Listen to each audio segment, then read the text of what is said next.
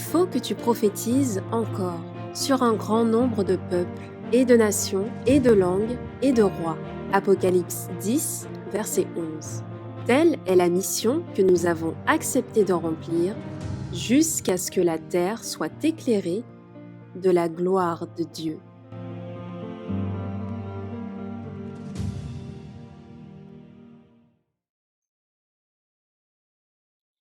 Eh bien, chers bien-aimés frères et sœurs et amis visiteurs, nous vous souhaitons la bienvenue à cette nouvelle réunion proposée par ASJH 1889 France sur le départ à la campagne. Et aujourd'hui, nous allons voir comment partir à la campagne sans argent ou presque. Et pour commencer ce moment, je vous invite à vous prosterner avec moi pour la prière afin de demander l'aide du Saint-Esprit. Prions. Notre Père céleste, nous sommes reconnaissants de cette nouvelle journée que tu nous accordes, de ce moment que tu nous permets de passer à l'étude de tes enseignements sur le départ à la campagne. Et tout d'abord, nous aimerions te demander de bien vouloir nous pardonner si nous avons été infidèles envers toi et que tu nous aides, Seigneur, à observer tes lois afin que nous soyons purs et irréprochables. Seigneur, veuille nous accorder en cet instant ton Saint-Esprit afin que nous puissions être totalement disposés à l'étude de ta parole sur ce que tu as à nous enseigner sur le départ à la campagne, et permets que nous puissions mettre tous ces enseignements en pratique selon ta volonté, afin que nous puissions hâter le retour de Jésus et annoncer ta bonne nouvelle à ceux qui ne te connaissent pas encore. Veuille bénir chacun d'entre nous ici présents et hâte les pas de ceux qui ne sont pas encore connectés. C'est au nom de Jésus-Christ, notre bien-aimé Sauveur, que nous t'adressons cette prière. Amen.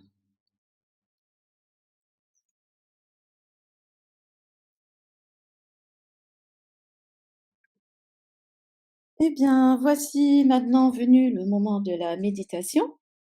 Et lors de notre dernière réunion, nous avons étudié l'histoire de la destruction de Jérusalem et son rapport avec le départ à la campagne.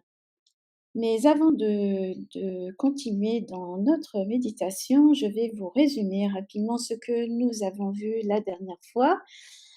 Évidemment, si vous n'avez pas pu assister à notre dernière réunion, je vous recommande vivement d'aller visionner la vidéo de cette réunion sur le site de asjh1889.fr dans la rubrique Services.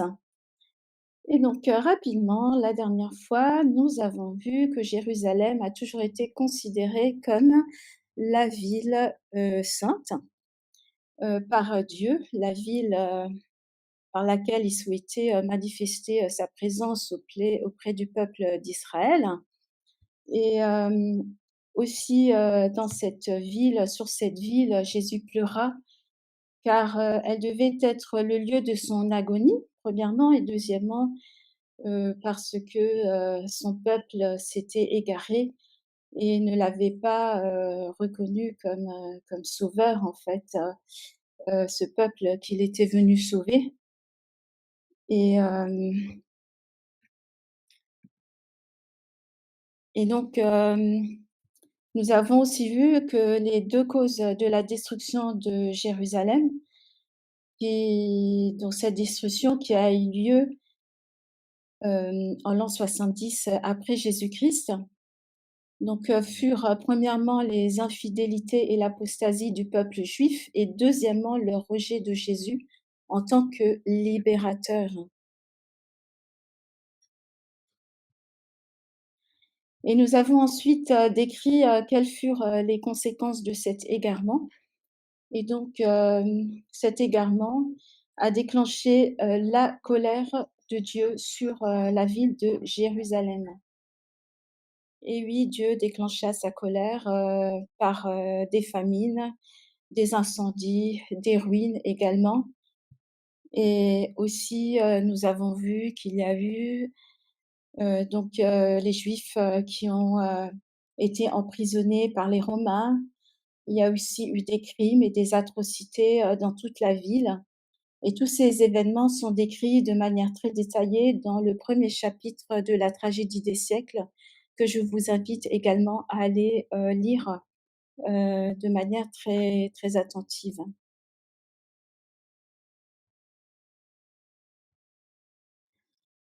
Ensuite, nous avons vu que le plus grand péché, qui soit, hem et ce qui a déclenché la destruction de Jérusalem, c'était de fouler aux pieds la loi de Dieu.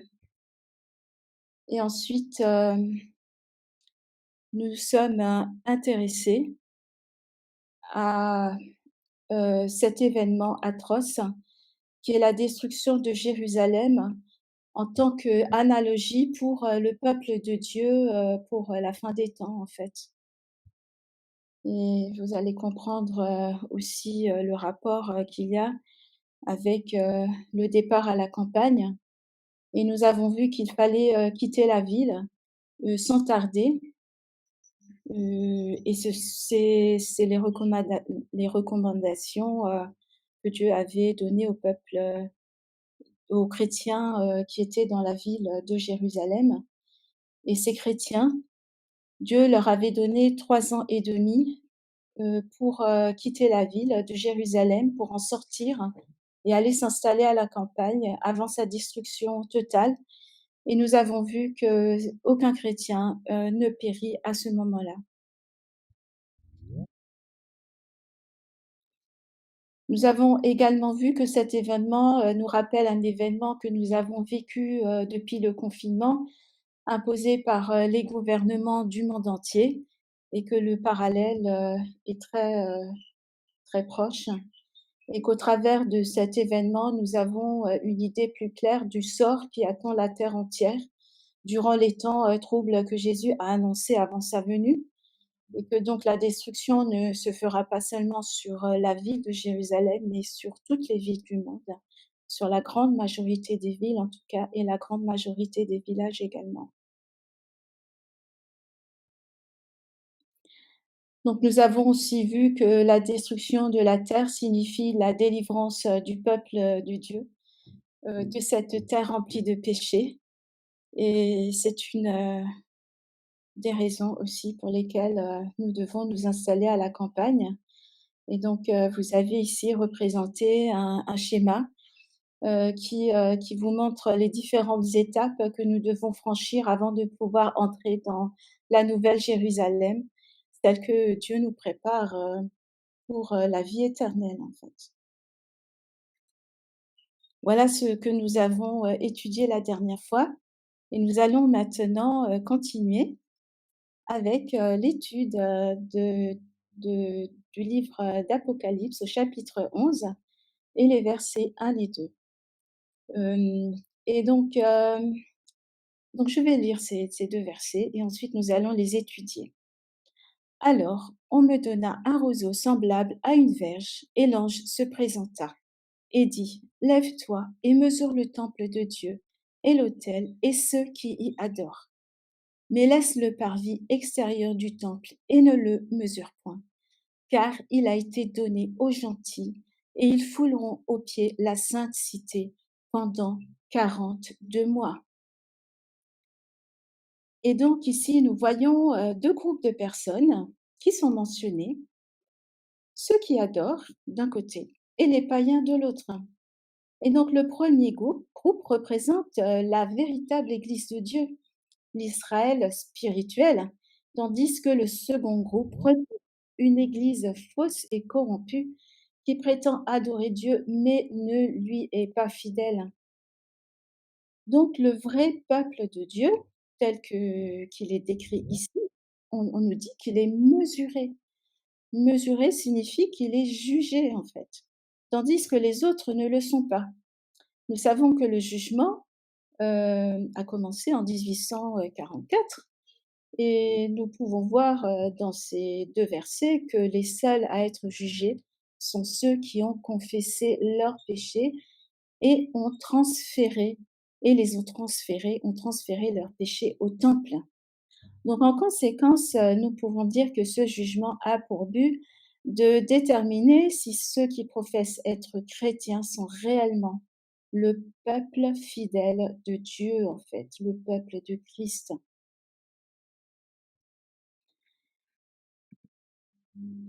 Et donc, nous avons vu également, que Jérusalem est la cité sainte et nous pouvons lire, cela dans un verset dans Isaïe, donc Isaïe 52, verset 9, qui dit: «Éclatez ensemble en cris de joie, ruines de Jérusalem, car l'Éternel a consolé son peuple, il a racheté Jérusalem.» Et nous voyons dans, Apocalypse 18, l'opposé en fait de cette ville sainte de Jérusalem que Jésus a rachetée, que Dieu a rachetée. Et son opposé, bien sûr, nous le savons, c'est la ville de Babylone. Et nous pouvons lire cela dans Apocalypse 18, verset 2. Et il cria avec force et à grande voix et dit: elle est tombée, Babylone la grande, et elle est devenue la demeure des démons et le repère de tout esprit impur, immonde, et le repère de tout oiseau immonde et horrible. Ainsi, Babylone peut être associée à tout système de fausse religion, quelle que soit la religion. Ainsi, le départ à la campagne n'est pas uniquement un appel à sortir des villes, mais il est aussi un appel à sortir de tout système de fausse religion. Dieu nous appelle à aller nous installer à la campagne, mais il nous appelle aussi à sortir de Babylone, à sortir des fausses religions et à venir contempler la vérité présente, celle qui nous présente pour notre temps. On voit la fausse église foulée aux pieds, la vraie église pendant 42 mois. C'est ce que l'on peut lire dans Apocalypse 11, verset 2. Mais laisse le parvis extérieur du temple et ne le mesure point, car il a été donné aux gentils, et ils fouleront aux pieds la sainte cité pendant 42 mois. Donc il s'agit ici de 1260 années de domination papale qui est décrite également dans le livre de Daniel.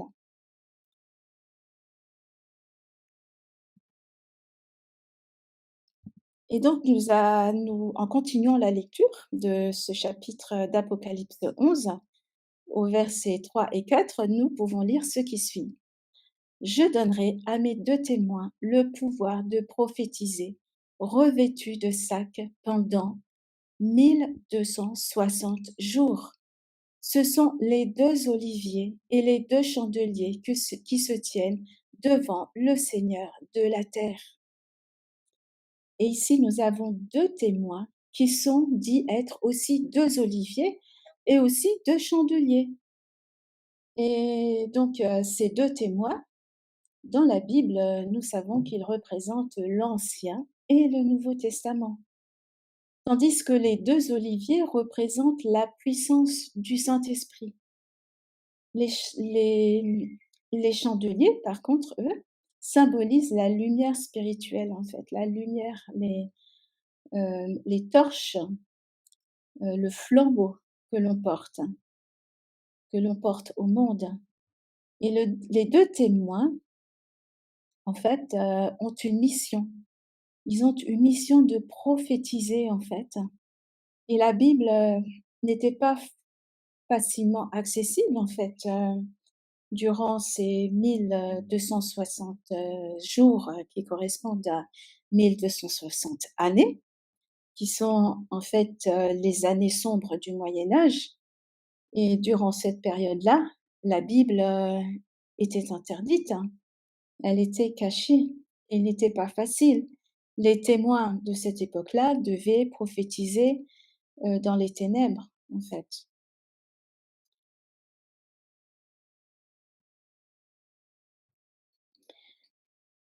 Et donc,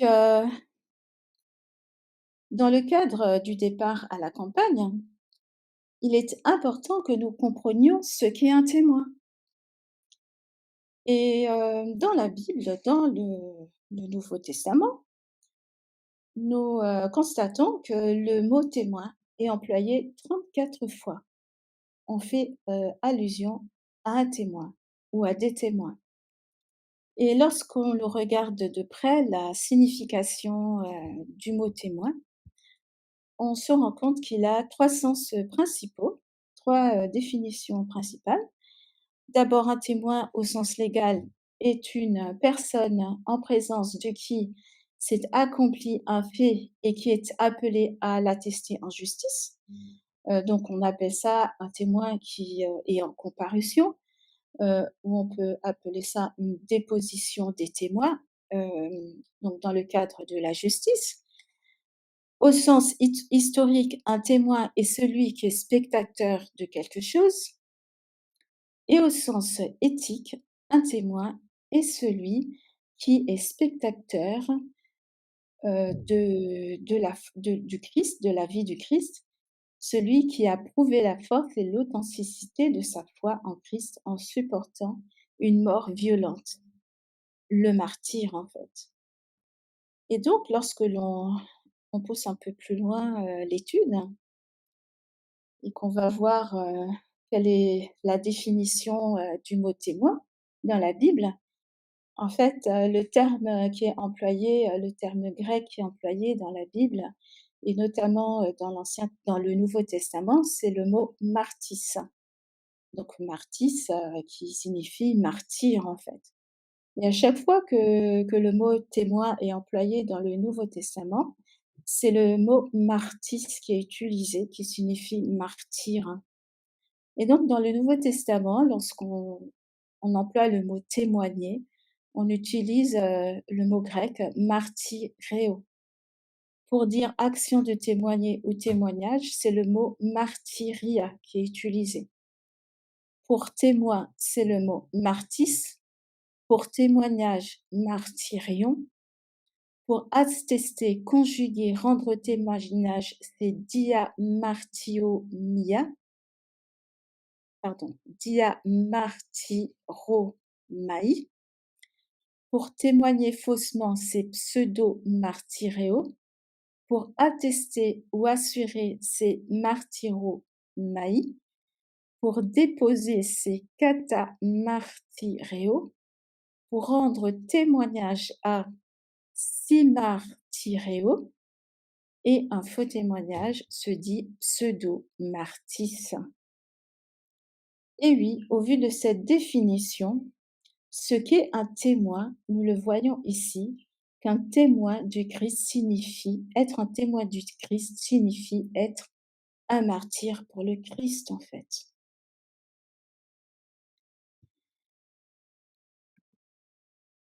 Et donc, être un témoin du Christ équivaut donc à sacrifier sa vie pour vivre la vie du Christ. Et nous pouvons donc nous intéresser à la vie du Christ, donc et nous demandons quelle était la vie du Christ, comment le Christ a vécu sa vie lorsqu'il était sur terre. On nous dit que notre Seigneur Jésus a été élevé dans une maison de campagne. Et dans quelles conditions, l'existence, du Père céleste, choisit-il, pour son fils? Quelles étaient ces conditions? Eh bien, nous pouvons lire cela dans, Ministère de la guérison, page 308.5. Une maison isolée sur les collines de la Galilée. Une famille vivant grâce à un travail honnête et respectable. Une vie simple en but aux difficultés et aux privations journalières. L'abnégation, l'économie et le service patient et joyeux.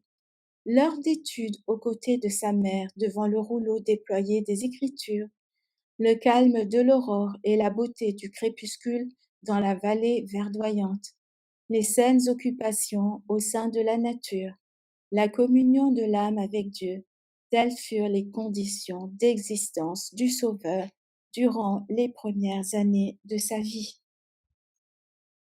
Ainsi, pour quelle raison Dieu nous appelle-t-il à aller nous installer à la campagne?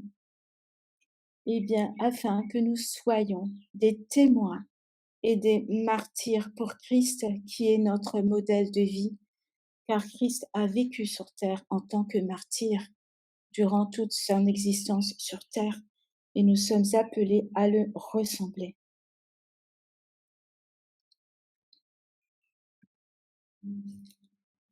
Et donc, rappelons-nous de la définition du mot témoin dans le sens éthique.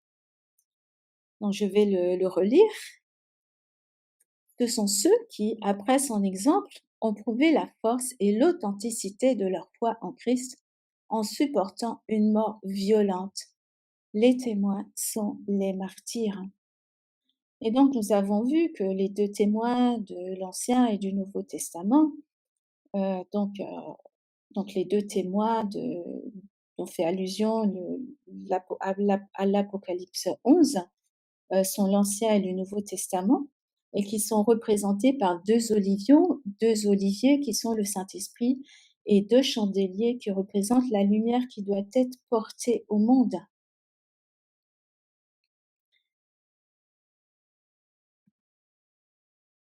Ainsi, en tant que témoins du Christ, nous sommes appelés à porter cette lumière dans un monde qui sombre de plus en plus dans les ténèbres. Une période très sombre se profile devant nous. Et elle ne durera pas 1260 années comme ce fut le cas durant le Moyen Âge. Elle sera beaucoup plus courte. Mais durant cette période de trouble qui sera opérée par Babylone, la fausse religion, Dieu nous appelle à aller à la campagne afin que nous soyons des flambeaux, des chandeliers, des témoins, des martyrs qui répandront la lumière de la vérité dans ce monde de ténèbres.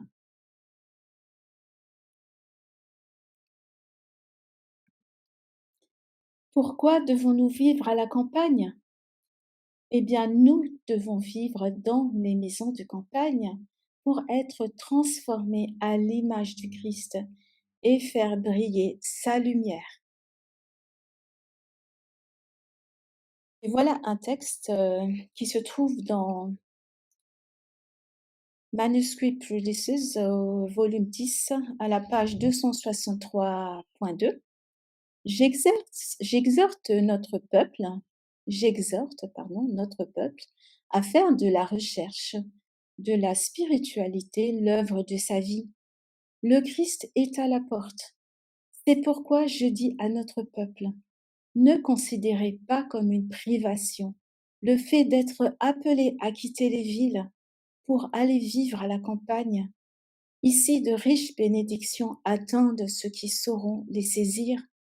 En contemplant les scènes de la nature, les œuvres du Créateur, en étudiant l'ouvrage de Dieu, imperceptiblement vous serez changés en la même image.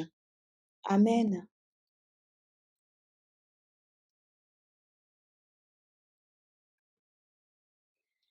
Eh bien, voici venue la fin de notre méditation.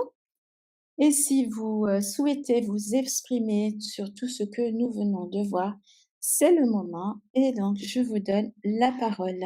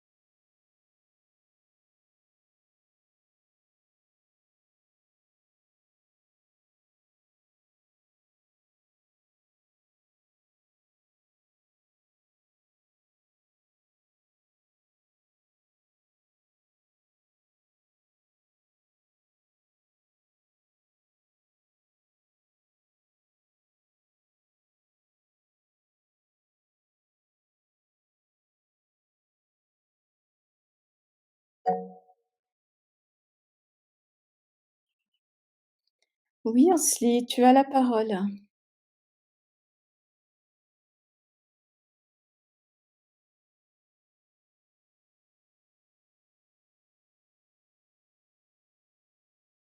Bien, bonjour à toutes et à tous. Hmm, J'ai une question par rapport à ce que tu disais, euh, par rapport notamment au mot témoin qui est lié au mot martyr. Euh, alors, je me posais la question, euh, est-ce qu'on est dans... Par rapport à ce que tu disais, bon, je ne veux pas contredire ce que tu disais, hein, est-ce que on est forcément appelé à avoir une vie euh, qui est faite, comme pour un martyr, uniquement de souffrance? Qu'est-ce que ça veut dire en fait que dans notre vie, on n'aura pas de moments de joie en fait, tout simplement? Donc voilà ma question.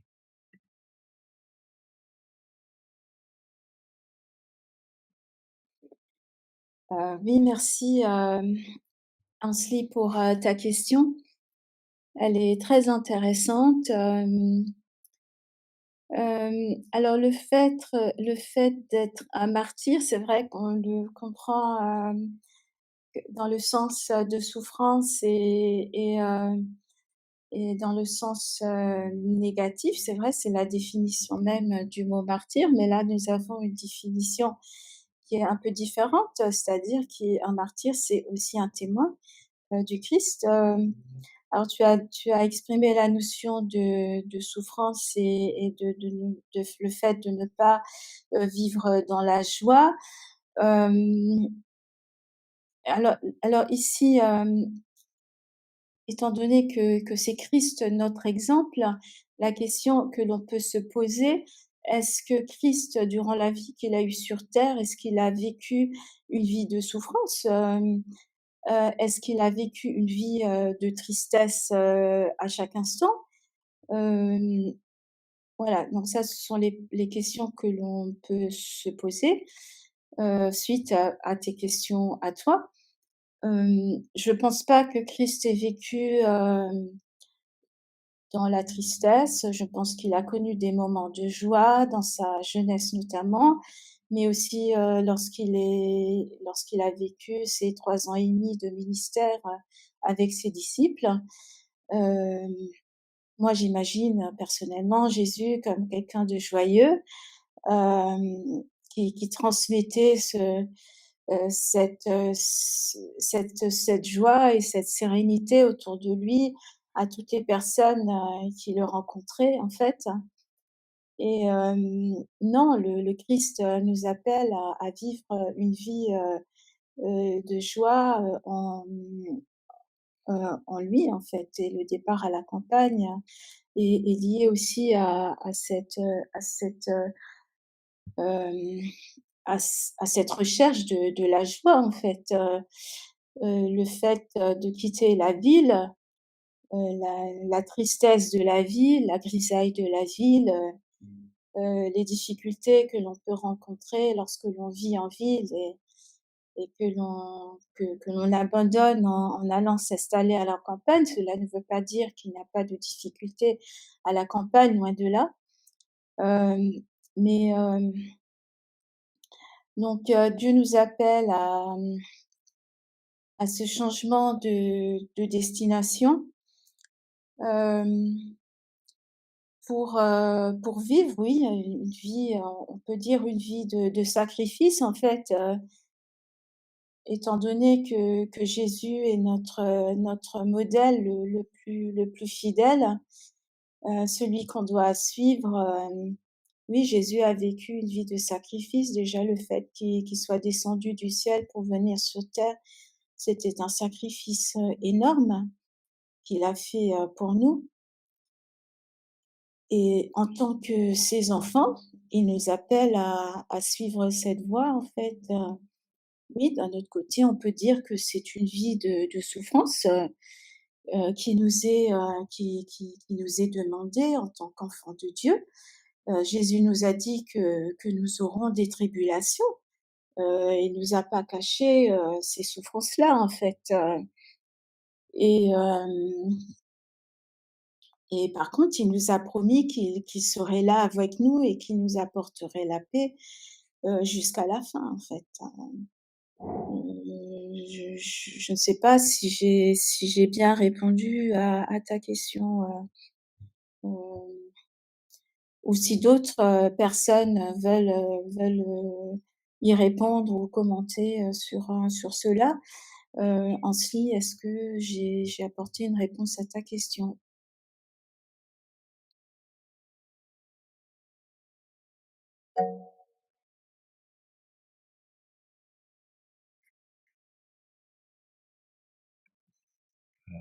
Je vais, si tu le permets, Judith, laisser la parole à Maritza d'abord.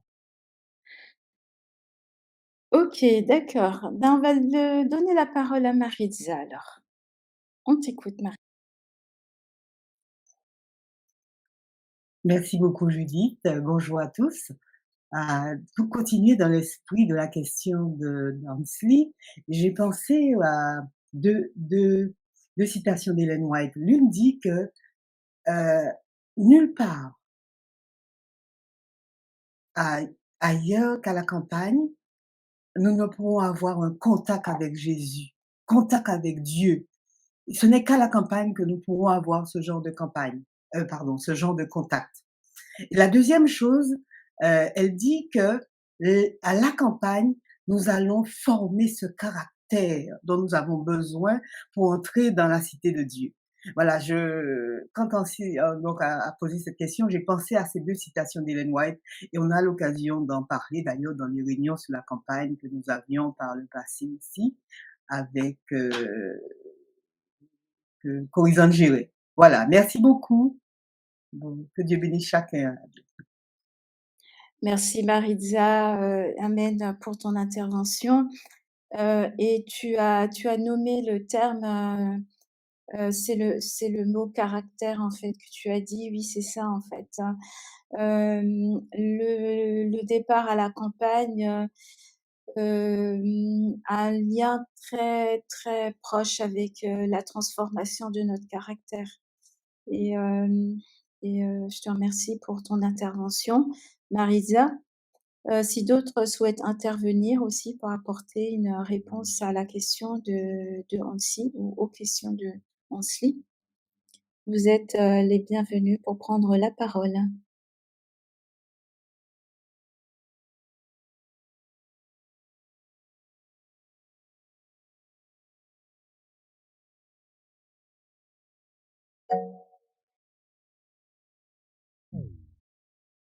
Alors, donc Christia, tu souhaites prendre la parole? Vas-y, tu as la parole. Bonjour, est-ce que l'on m'entend?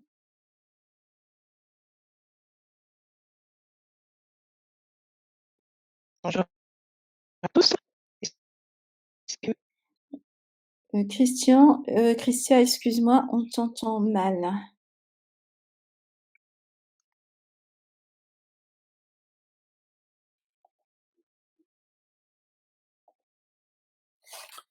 Amen. Est-ce que là, vous m'entendez mieux? Oui, c'est beaucoup mieux. D'accord. Oui, alors, bonjour à tous et en fait, j'avais mis dans le chat un passage dans Jean 15 au verset 10 et 11 qui nous dit, «Si vous gardez mes commandements, vous demeurez dans mon amour, comme j'ai gardé les commandements de mon Père et je demeure dans son amour.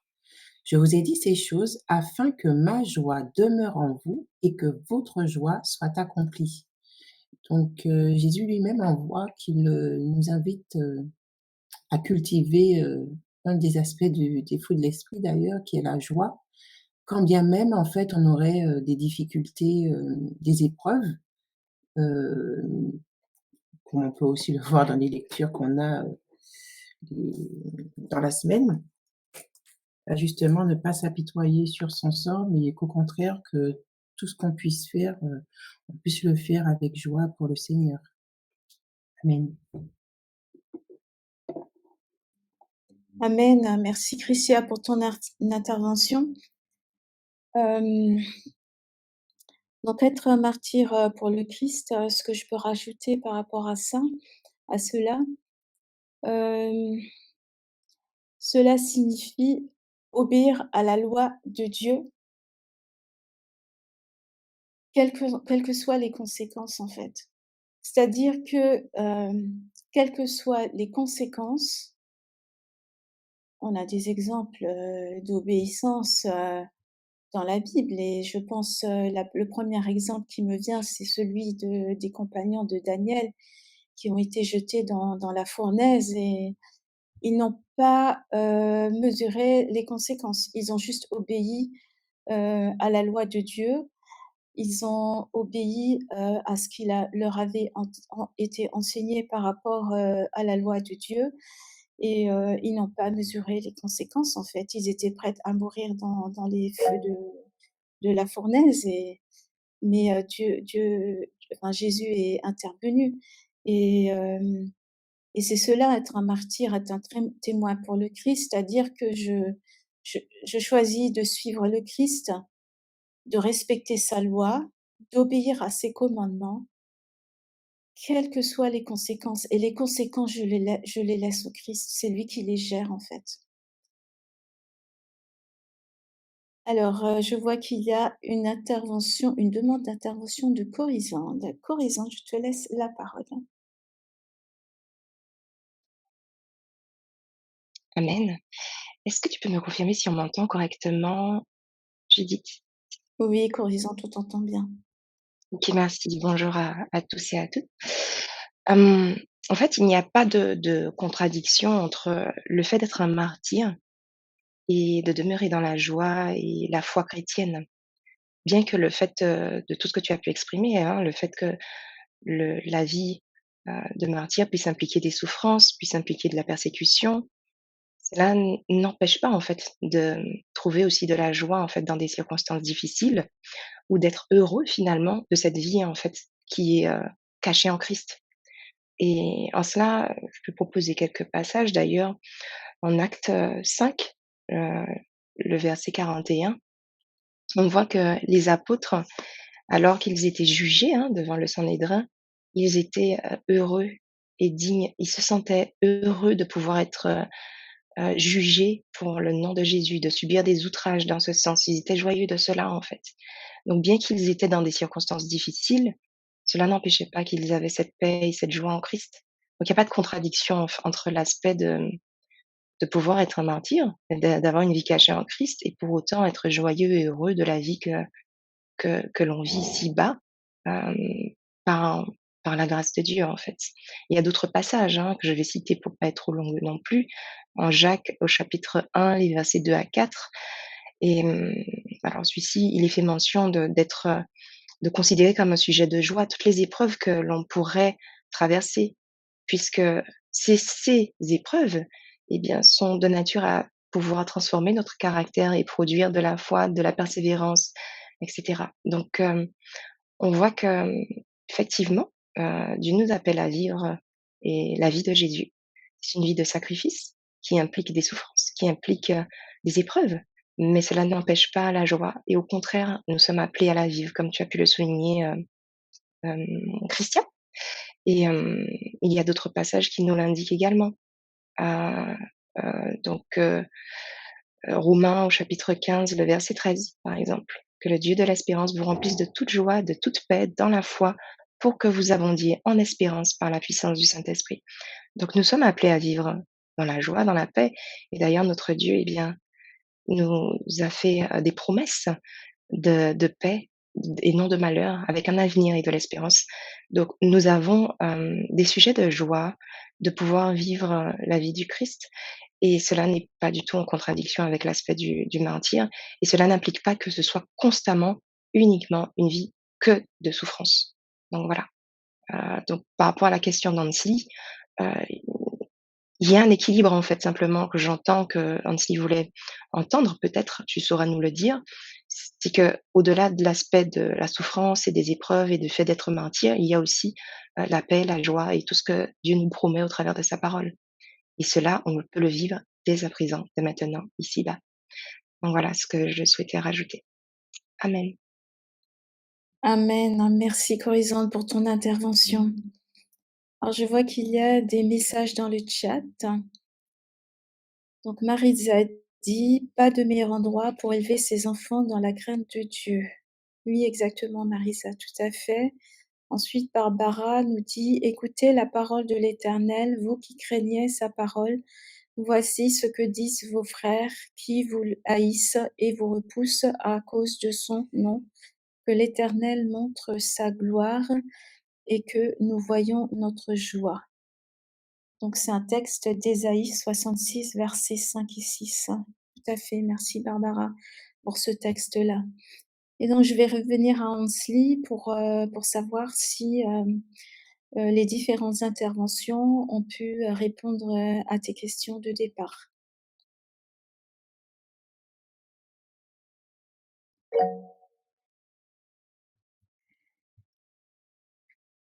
Oui, Hansli, tu as la parole. Oui, bien, merci à chacun d'entre vous pour avoir répondu à ma question qui a pleinement eu des réponses. Gloire à Dieu. Amen, gloire à Dieu pour cela. Donc, je vais vous demander s'il y a d'autres personnes qui souhaitent intervenir concernant cette méditation.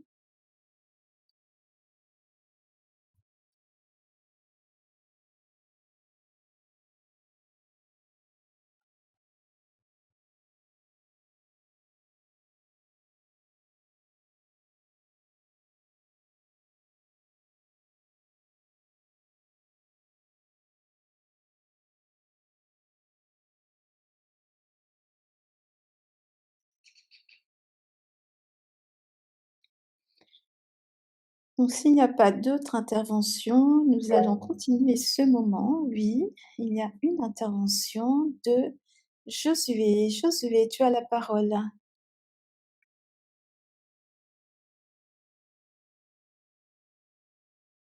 Et bonjour à tous et à toutes. Et bonjour Judith. J'aimerais bien poser une question concernant. On m'entend? Oui, on Amen. t'entend, Josué. Oui, je te confirme que l'on t'entend. D'accord. Il y a du bruit, par contre. J'aimerais bien poser une question. Est-ce que cela veut dire qu'il n'y aura aucun sauvé dans aucune ville du monde?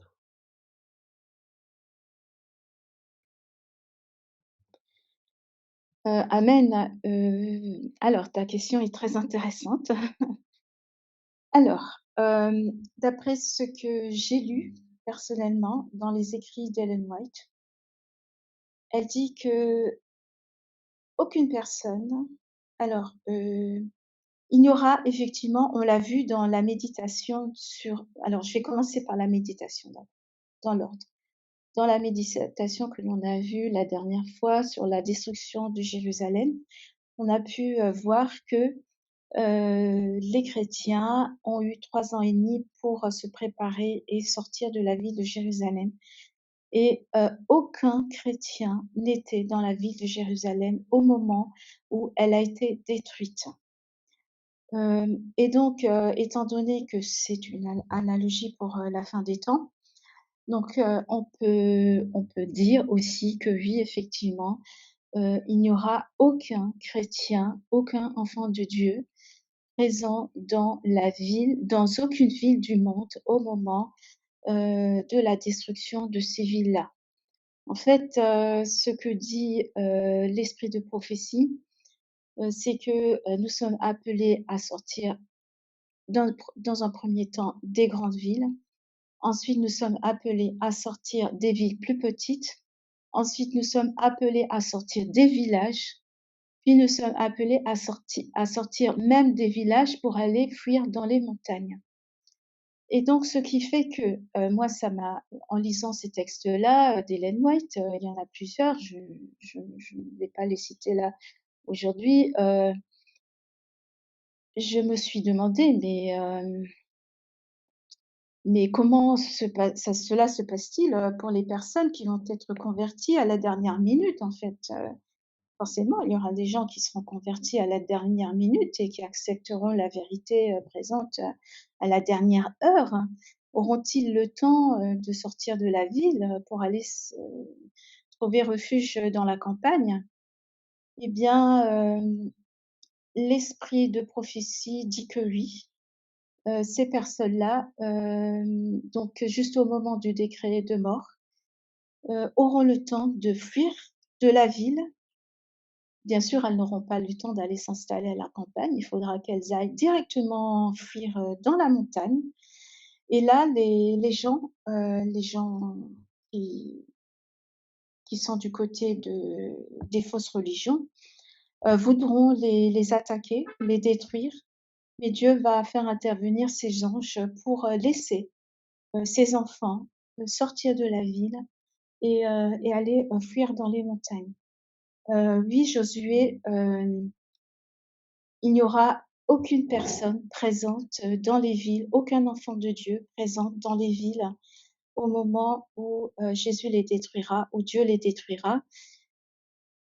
Alors j'ai aussi lu dans un autre texte de l'esprit de prophétie que là où il y aura encore des enfants dans les villes, des enfants de Dieu dans les villes parce qu'elles auront été converties à la dernière minute, par exemple, Dieu ne détruira pas ces villes-là, en fait. Alors, si je me trompe, vous m'intervenez, mais je pense que je l'ai lu dans l'esprit de prophétie. Maintenant, je peux pas vous dire exactement à quel endroit, là, maintenant. Mais en tout cas, ben, j'invite d'autres personnes, si vous avez une réponse à apporter à Josué, à intervenir pour répondre, pour apporter une réponse et compléter ce que je viens de dire, en fait.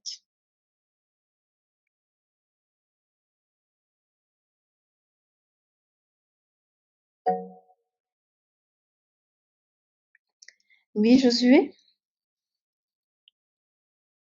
Oui, mais j'ai entendu que Judith, que tu as employé aucun enfant de Dieu présent.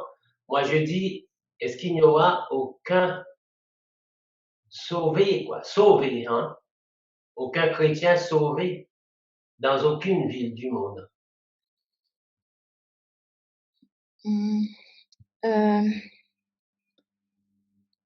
Aucun chrétien sauvé dans aucune ville du monde.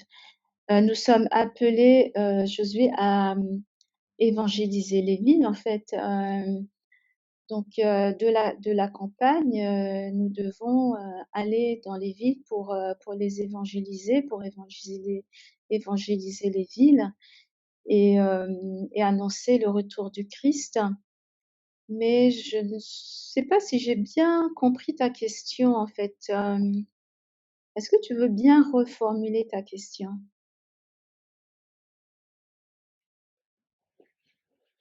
Tout à fait. Et je comprends tout à fait tous les enseignements pour le départ à la campagne.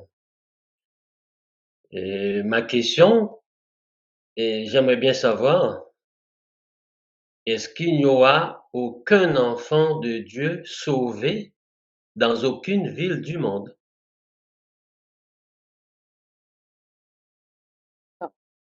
Alors, tu veux dire que un enfant de Dieu qui se trouve dans la ville, tu demandes, ta question, c'est de savoir est-ce que cet enfant de Dieu qui se trouve dans la ville sera sauvé ou pas? C'est ça ta question, Josué? Ma question, puisque les enfants de Dieu doivent laisser les villes, les grandes villes, pour, pour habiter dans les villes reculées et puis après, pour aller vers les montagnes. Alors ma question, puisque je crois au moment où la loi du dimanche va déclarer, il y aura des chrétiens en ville encore. Et ma question, est-ce que il n'y aura aucun chrétien qui sera sauvé dans aucune ville du monde? Est-ce que tous les chrétiens pourront vraiment s'installer à la campagne par rapport à tous ceux qui ont eu des retards et tous ceux qui n'ont pas reçu le message parce qu'il y a beaucoup de... Et j'ai pu comprendre, il y a des coins dans le monde, il y a certains pasteurs qui n'ont jamais parlé concernant ces écrits de l'esprit de prophétie pour que les chrétiens puissent se préparer à ça, quoi. Ma question, est-ce qu'il y aura aucun chrétien sauvé dans aucune ville du monde? Oui, OK, d'accord. Hem, l'esprit de prophétie dit que, il est 10 fois plus difficile, de changer son caractère lorsqu'on est en ville que lorsqu'on est à la campagne et donc c'est 10 fois plus, ça veut dire que c'est très, très compliqué, voire quasi impossible, de faire la volonté de Dieu en restant en ville, en fait. Je vois qu'il y a une intervention de Christia, donc je te laisse la parole, Christia. Oui, alors, pour essayer d'apporter des éléments, de réponse à la question de Josué, dans Témoignage, non, pas Témoignage, Tragédie des siècles, page 31, paragraphe 1, la messagère, elle déclare qu'aucun chrétien ne périt dans la ruine de Jérusalem. Les disciples qui avaient été avertis furent attentifs aux signes promis. Lorsque vous verrez Jérusalem investie par des armées, avait dit Jésus, sachez alors que sa désolation est proche.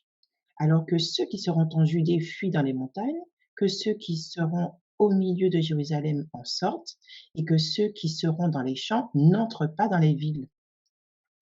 Et par rapport aux différentes méditations qu'on a déjà eues jusqu'alors, ce qui s'est passé pour la destruction de Jérusalem, c'est ce qui se passera aussi à notre époque, en fait, à la venue de Jésus. Donc, quand la messagère déclare qu'aucun chrétien ne périt dans la ruine de Jérusalem, il faut croire aussi qu'il n'y aura aucun chrétien qui se trouvera dans les villes. Après, j'avais aussi autre chose à dire par rapport à cela et j'ai perdu mon fil. Je relèverai la main si ça me revient. Je suis désolée. OK, il y a pas de souci, Christia, merci pour ton intervention. Alors nous avons Marisa qui souhaiterait prendre la parole. Marisa, tu as la parole. Oui, merci beaucoup. Ma remarque va un peu dans le sens de la question de Corizon. Que dire de ceux qui sont en ville, en prison pour leur foi? Et il me semblait, mais il va falloir que je fasse des recherches par rapport à ça, il me semblait aussi avoir lu quelque chose ressemblant à cela, que les chrétiens seront enfermés dans les prisons, lorsqu'ils iront, je suppose que ce sont ceux qui iront prêcher, de la campagne, à moins qu'il y en ait qui étaient encore dans les villes, et pour leur foi, ils seront enfermés. Alors, est-ce que ceux-là, justement, lorsque Jésus reviendra, parce que si j'ai bien compris, c'est sa question de Josué, et si j'ai bien compris, lorsque Jésus reviendra, va-t-il emmener avec lui au ciel des gens qui sont en ville? Je ne sais pas si j'ai bien compris, mais il me semble avoir compris ça. Donc voilà, donc ma remarque va dans ce sens-là. Il me semble qu'il y a des gens qui ont été enfermés dans les villes. Est-ce que ils seront en prison? Est-ce que Jésus va pas les emmener au ciel à cause de cela? Heu, il me semblait avoir lu quelque chose dans ce genre. Voilà, merci beaucoup. Merci, Marisa pour ton intervention. Oui, ta question c'est une très bonne question. Alors les personnes, donc les martyrs, hein, qui seront emprisonnés dans les villes, sont des personnes, qui sont au préalablement passées par la campagne pour, parfaire leur caractère à l'image, de celui du Christ, en fait. Parce on n'accepte pas de devenir, martyr pour le Christ, et de témoigner pour lui si l'on n'est pas, fidèle à sa loi et qu'on n'a pas travaillé sur son caractère pour le parfaire à celui du Christ. Oui, effectivement, il y aura ces personnes-là qui seront enfermées dans les villes. Alors, par rapport à ta question, j'ai une réponse, mais je vais plutôt laisser d'autres personnes, si d'autres personnes veulent intervenir pour répondre à la question de Maritza. J'ai une petite idée de ce que dit l'idée de prophétie à ce sujet-là. Je vais laisser d'autres personnes intervenir. Si quelqu'un a la réponse.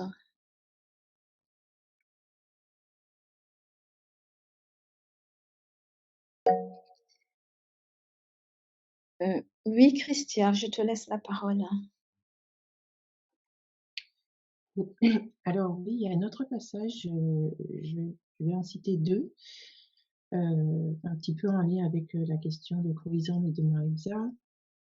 Ce que l'esprit de prophétie nous dit en témoignage, pardon, Tragédie des siècles, au paragraphe 689.2, le peuple de Dieu, en partie enfermé derrière les barreaux de prison et en partie errant dans les forêts et les montagnes, supplie encore Dieu de lui accorder sa protection, alors que de toutes parts, des hommes armés, poussés par des légions de mauvais anges, sont prêts pour leur œuvre de mort. C'est à l'heure la plus critique que le Dieu d'Israël interviendra pour délivrer ses élus. Le Seigneur leur dit par un prophète, vous chanterez comme la nuit où l'on célèbre la fête. Vous aurez le cœur joyeux comme celui qui marche au son de la flûte pour aller à la montagne de l'Éternel, vers le rocher d'Israël. Et l'Éternel fera retentir sa voix majestueuse, il montrera son bras prêt à frapper dans l'ardeur de sa colère, au milieu de la flamme d'un feu dévorant, de l'inondation, de la tempête et des pierres de grêle. Amen. Je m'arrêterai là pour la citation du paragraphe Tragédie des siècles 689.2 et je vais aussi lire Tragédie des siècles 684.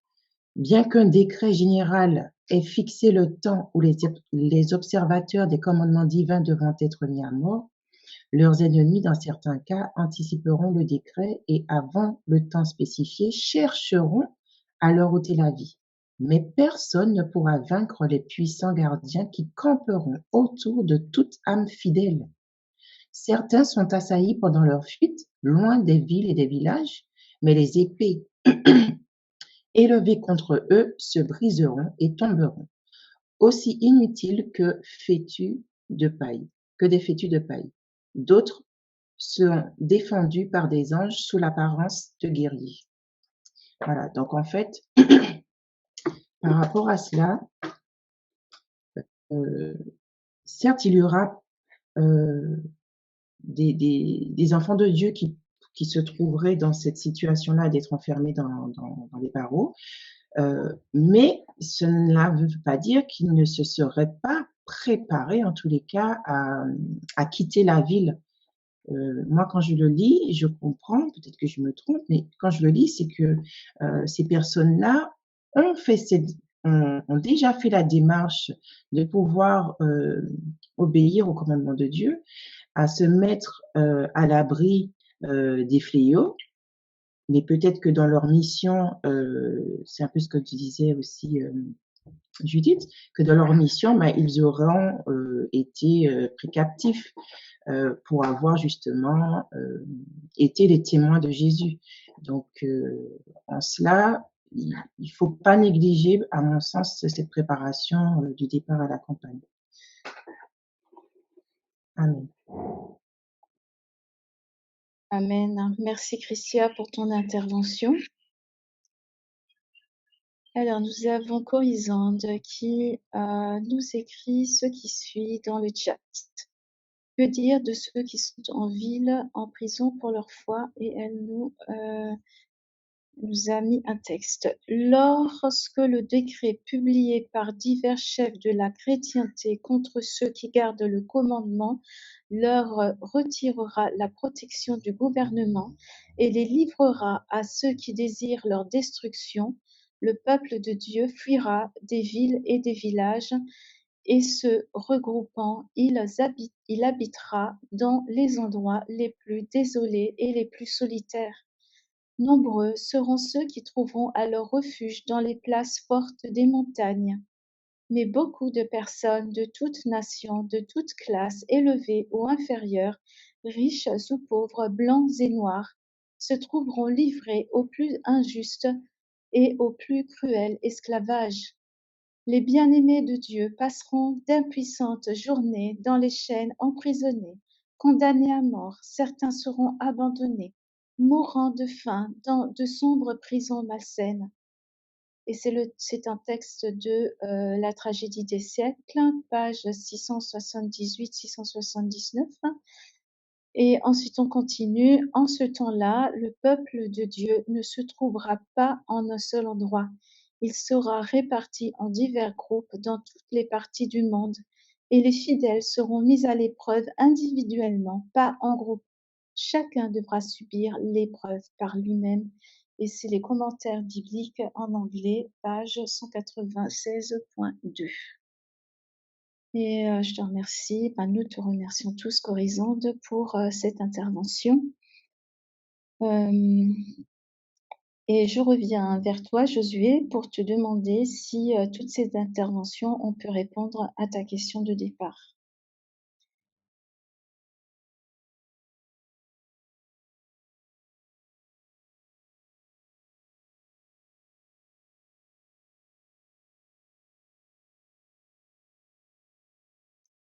Oui, tout à fait.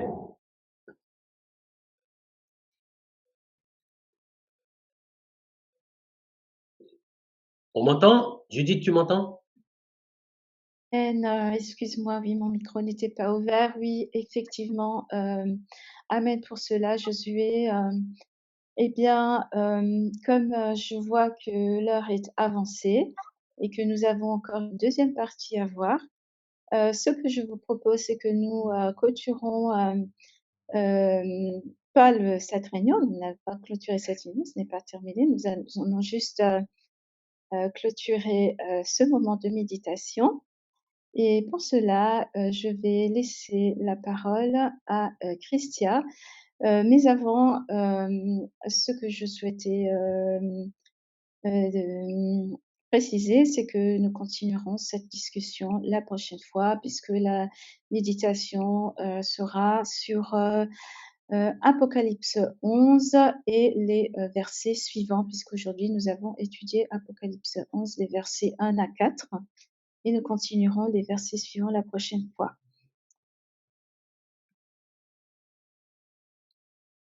Et voilà donc, Christia, je te laisse la parole.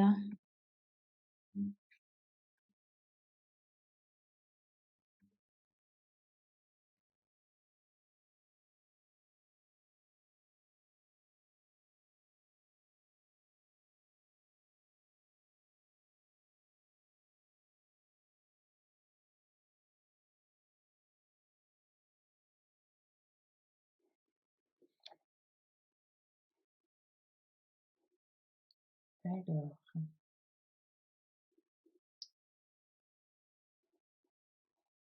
est-ce que l'on m'entend toujours? Oui. Merci Judith pour ce moment de méditation qui est fort intéressant et qui suscite aussi des questionnements. Et j'ai envie de dire que pour ma part, j'ai hâte de pouvoir être à l'un pour considérer la suite aussi de la méditation. Et donc, comme il a été annoncé, le thème de la réunion d'aujourd'hui, c'est comment partir à la campagne sans argent ou presque.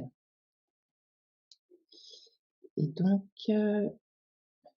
est-ce que par rapport, j'ai une question du coup pour chacun, Par rapport à tout ce que l'on a déjà pu, entendre jusqu'à maintenant, est-ce que ce paysage, finalement est peut-être appréciable, heu, pour y vivre, en fait? Est-ce qu'on peut vivre, pleinement dans ce paysage?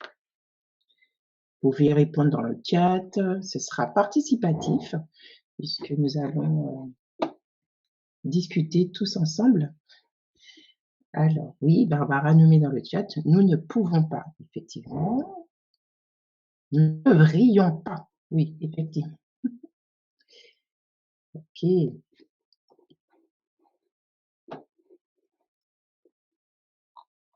Sinon, pour les autres, est-ce que l'idéal, finalement, comme on a pu le voir, est-ce que c'est l'idéal que Dieu a pour nous? Peut-être que oui. Il n'y a que Barbara qui ne pense pas, que ça soit un bon paysage. OK, non. C'est participatif, hein. Soit vous pouvez lever la main, vous mettez dans le chat, alors oui, Judith nous dit: «Mais il manque beaucoup de verdure». Effectivement. Moïse, oui, tu as la parole. Amen. Oui. Oui, donc on joue à tous. En fait, alors la réponse, c'est comme tout le monde, c'est non. Et surtout que, en fait, alors, il y a 3 photos de villas. En fait, euh, alors là où il y a les tours, alors la première photo, enfin la photo sur la gauche, on a l'impression que il n'y a pas de, il y a pas de tour. Donc ça, je sais pas quelle ville que vous avez pris. Je sais pas si on peut donner cette information-là pour la photo qui est à Non, gauche. j'ai pas renommé, le nom de la ville, mais c'est une ville vue de haut et D- je te laisse continuer dans le D'accord. développement. Parce qu'en fait, si, alors, effectivement, on voit pas bien, mais la première photo, eh bien, ça représente plutôt, je ne distingue pas tellement de tours, mais comme c'est de haut, c'est difficile à se prononcer. Mais en tout cas, si c'est genre une ville comme Paris, eh bien, en fait, c'est l'architecture utilisée là à Paris, c'est l'architecture haussmannien. Et en fait, alors, c'est pas meilleur, mais en tout cas, il y a pas de tours. En général, dans les villes parisiennes, il y a moins de tours comparé aux villes américaines, chinoises et tout ce qui est Dubaï, tout ça. Et en fait, les villes où il y a des tours, ça représente, les tours sont faites en fait, ceux qui ont construit les tours savent que ça sert à rien en fait, mais en fait c'est une marque de puissance. Ceux qui mettent des tours dans leur ville, c'est une marque de puissance et d'orgueil en fait, d'orgueil. Donc bien évidemment, Dieu ne veut pas que nous habitons dans une ville où est-ce qu'il y a l'expression de l'orgueil, de la toute puissance humaine, soi-disant. Dieu te bénisse. Amen. Merci Moïse pour avoir, relevé ces différents points et du coup on va poursuivre. Donc je veux croire qu'on partage à peu près tous le même avis. Alors, oui Maritza? Euh, oui, merci, Christian. Je voudrais juste dire, en fait, ça dépend toujours de l'endroit où on se situe. Si je vais dans la ville et que je dis à quelqu'un qui habite un appartement dans cette tour, parce que je suis persuadée que dans ces tours, il y a des appartements luxueux. Les gens ont leur confort, ils sont très contents de leur confort. Je leur dis que c'est pas bon pour vous, c'est pas ce que Dieu veut pour vous, etc. Ils sont heureux. Et ça me fait penser à la personne qui a quitté la ville. Et il y a une anecdote comme ça, quelqu'un a quitté la ville, est allé vivre à la campagne, mais il s'est senti tellement isolé il est allé enregistrer les sons des voitures et emmener à la campagne. Donc, nous avons compris ces choses. Si nous nous situons à notre niveau, oui, mais il faudra des arguments pour donner à ceux ils vivent dans leur appartement luxueux, là, dans certaines tours. Donc voilà, c'était juste pour ajouter ce petit ça dépend toujours de quel endroit on se trouve, mais nous savons que Dieu ne ce n'est pas ce qu'il veut pour nous. Déjà, l'air est irrespirable dans ce genre de cité. Voilà, merci de Tours, voilà, de ville. Merci beaucoup. Amen. Merci Maritza, effectivement, tout dépend de à qui on pose la question, et la question finalement elle se posait aussi à vous qui suivez cette présentation, qui participez aussi à la réunion. Parce que nous sommes, je crois, dans cette démarche de pouvoir partir à la campagne. Et donc, on va poursuivre avec un passage de la Messagère qui nous dit: «Le temps est venu pour notre peuple d'habiter hors des villes, dans des localités retirées, sans croix, de nombreux jeunes et aussi de nombreux individus plus âgés seront pris dans les pièges de l'ennemi.» On peut trouver cela dans Témoignages pour l'Église, au volume 8, paragraphe 101. Elle nous conseille aussi dans Messages choisis au volume 2, au paragraphe 141, à plusieurs reprises, le Seigneur nous a enseigné que les croyants doivent partir hors des villes avec leurs familles et produire eux-mêmes leurs fruits et légumes, car dans l'avenir, nous rencontrerons de sérieux problèmes pour vendre et acheter. Nous devrions commencer à mettre en pratique les instructions qui nous ont été données à maintes reprises. Quitter les villes pour aller dans des secteurs ruraux où les maisons ne sont pas entassées les unes contre les autres et où vous n'aurez pas à craindre les interventions de l'ennemi. Donc là, on peut aussi le voir dans Messages choisis, volume 2, à la page 141. Et en fait, ce que je vais vous demander ce matin, dans le temps qui nous était parti, c'est de garder en mémoire cette partie pour aborder le thème d'aujourd'hui. C'est-à-dire qu'elle nous conseille de pouvoir mettre en pratique justement de quitter les villes pour aller dans les secteurs ruraux. Donc, la question qu'on va partager en ce matin, c'est, pour rappel, comment partir à la campagne sans argent ou presque. Donc, peut-être qu'il y en a qui se posent la question, oui, mais moi j'en ai pas d'argent et peut-être que pour partir à la campagne, ben, je suis obligée d'acheter, mais j'en ai pas les moyens, ça ne me concerne pas, ou peut-être que je ne suis pas dans telle ou telle disposition pour pouvoir partir à la campagne. Donc nous, on va essayer ce matin de pouvoir nous aider les uns les autres avant toute chose, parce que les connaissances que nous avons les uns, ben, peut-être qu'elles sont utiles pour d'autres. Donc en partageant tous ensemble, on va pouvoir nous aider à pouvoir nous trouver en campagne selon les moyens de chacun. Alors,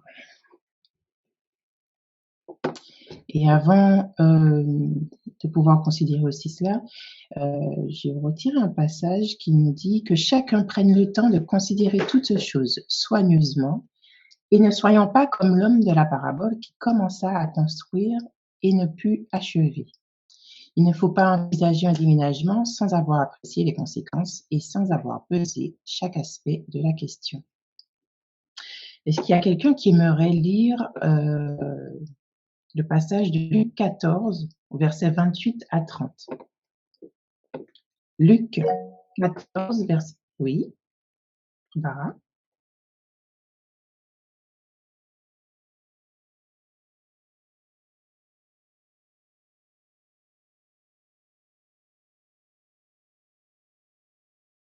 Yamel, bonjour à tous. Est-ce que, Christian, tu peux répéter le passage, s'il te plaît? Oui, alors Luc 14, les versets 28 à 30.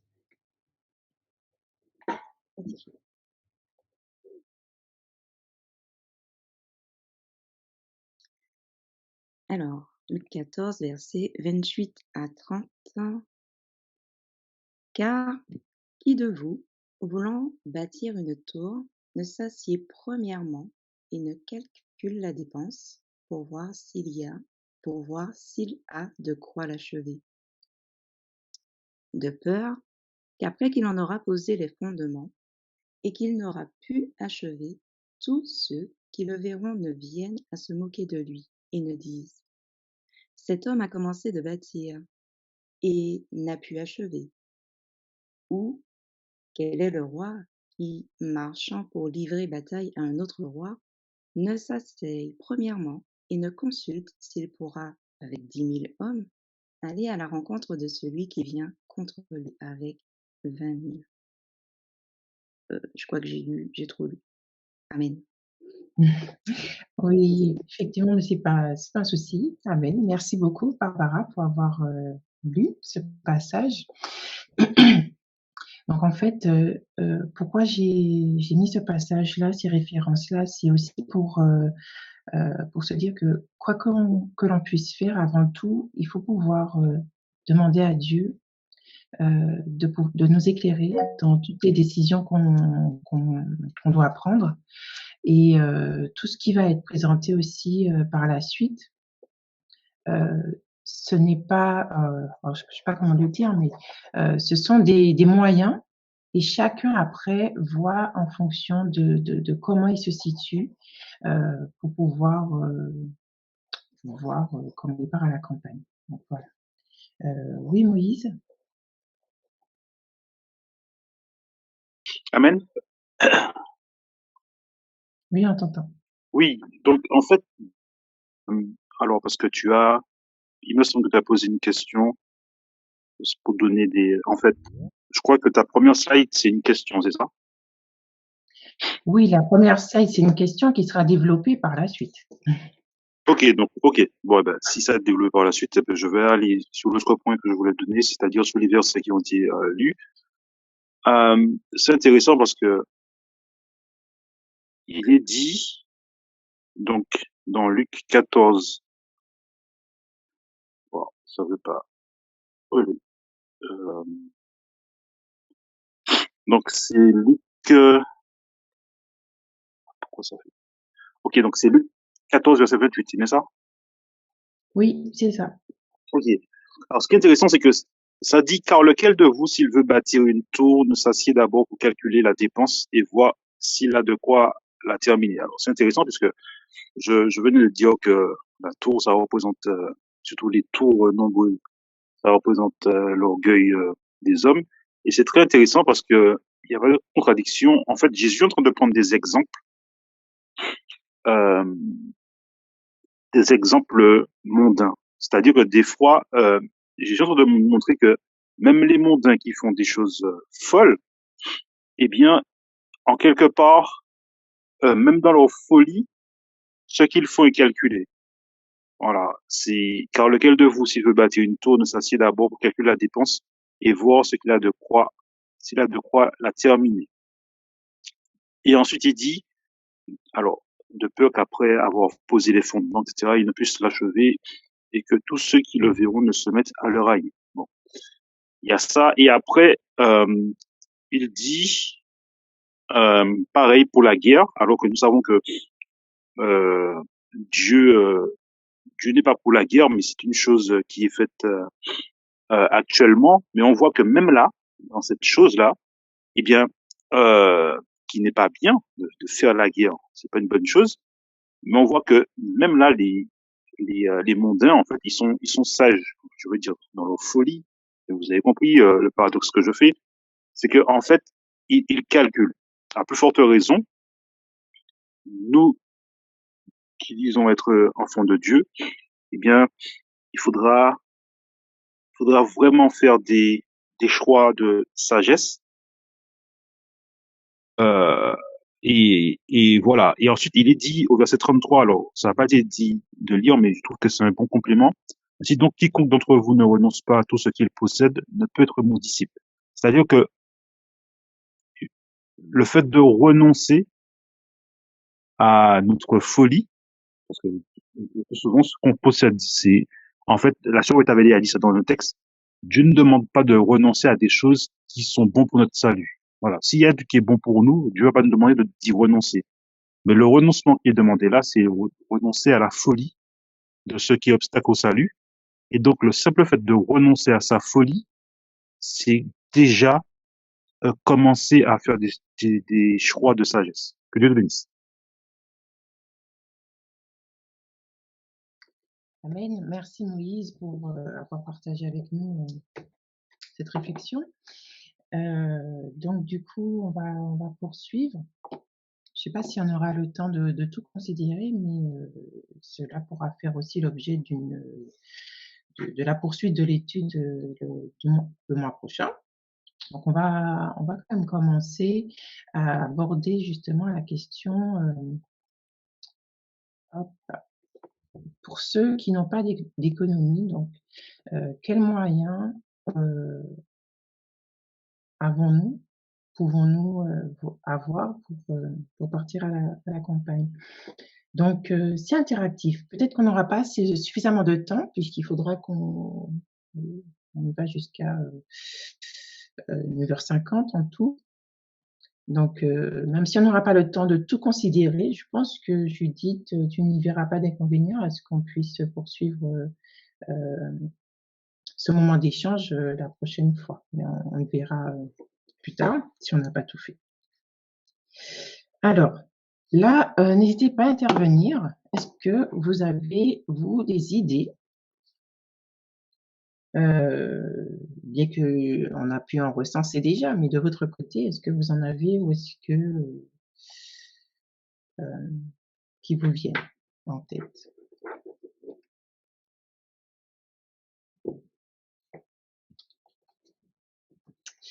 Bon, alors, alors, ce qu'on peut dire, par exemple, si on n'a pas suffisamment d'argent et que là, on se trouve actuellement, pour certains locataires, on peut avoir des locations qui sont proposées en campagne.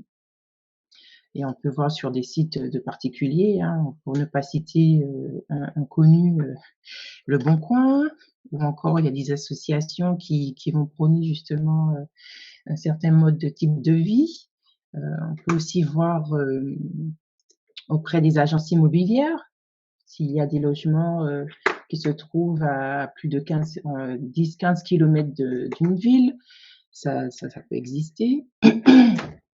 Il y a aussi, peut-être qu'on n'y pense pas, mais les mairies aussi disposent de logements et qui peuvent mettre à disposition par le biais de location. Et il y a aussi les bailleurs sociaux qui proposent des logements parce qu'ils ont, alors à l'époque, c'est en train de changer, mais les bailleurs sociaux s'étalaient un petit peu partout. Tout ce qu'il y avait comme bien, ils pouvaient l'acquérir et pour pouvoir le mettre en location, ça leur faisait de la rentrée d'argent. Et par rapport à la loi sur l'habitat indigne ou encore sur excusez-moi, du coup, sur le moment, qu'est-ce que je disais? J'ai été interrompue, désolée. Donc là, en fait, les bailleurs sociaux, en ce moment, ils sont en train de vendre des logements, par exemple, et ils proposent de la location-accession. Donc, ça peut être aussi intéressant de pouvoir considérer les annonces qui se trouvent près de chez vous, dans le secteur qui vous intéresse d'habiter, de voir qu'est-ce qui se fait en matière de location-accession. Et je vois aussi dans le chat, effectivement, que la location permet aux locataires d'être l'un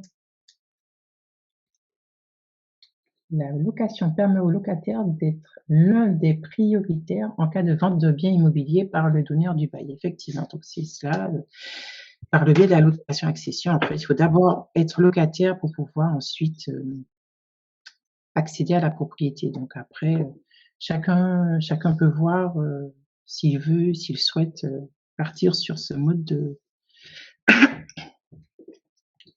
de départ à la campagne. Alors je vous ai mis, je sais pas si jusque là il y a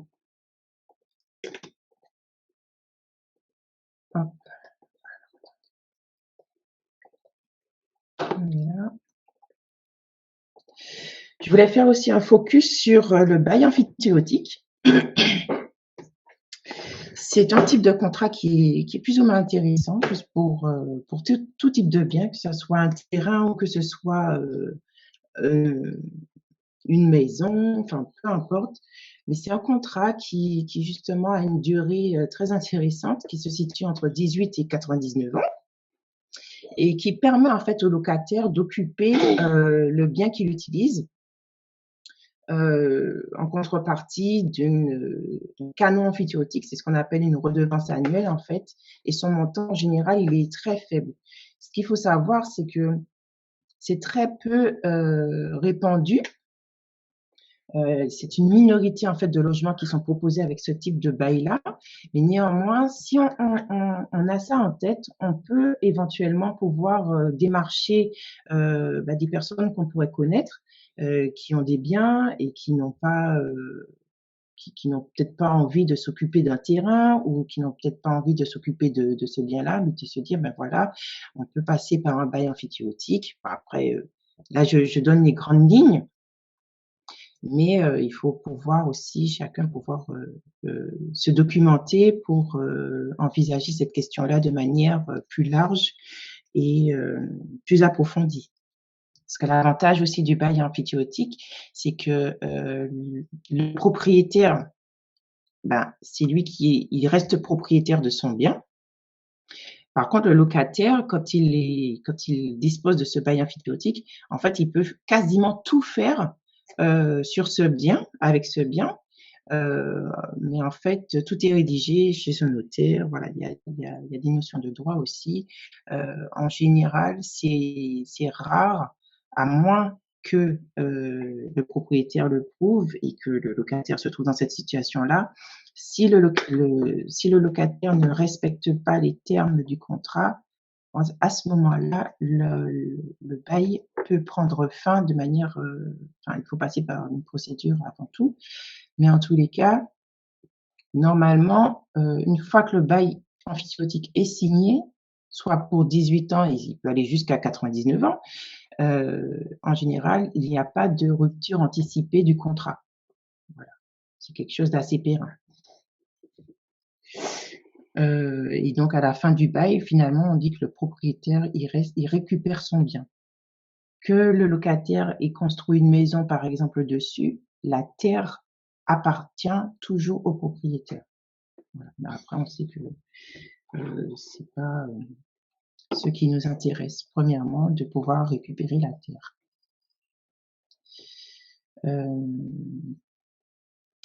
Il y a aussi la question du gardiennage immobilier, de biens immobiliers. Est-ce que jusque-là, peut-être par rapport à la location, est-ce qu'il y a d'autres... la location-vente, est-ce que ça vous parle?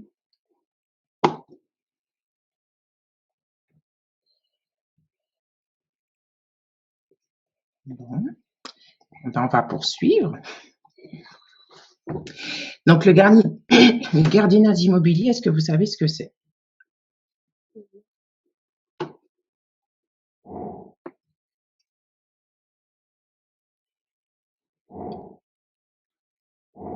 Non. Non, ok. Alors, le gardiennage de maison ou home sitting, comme on peut l'appeler en anglais, ça consiste à garder une maison pendant l'absence de ses propriétaires. Et donc, il y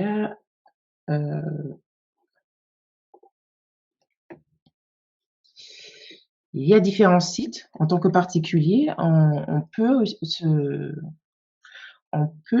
partir à la campagne.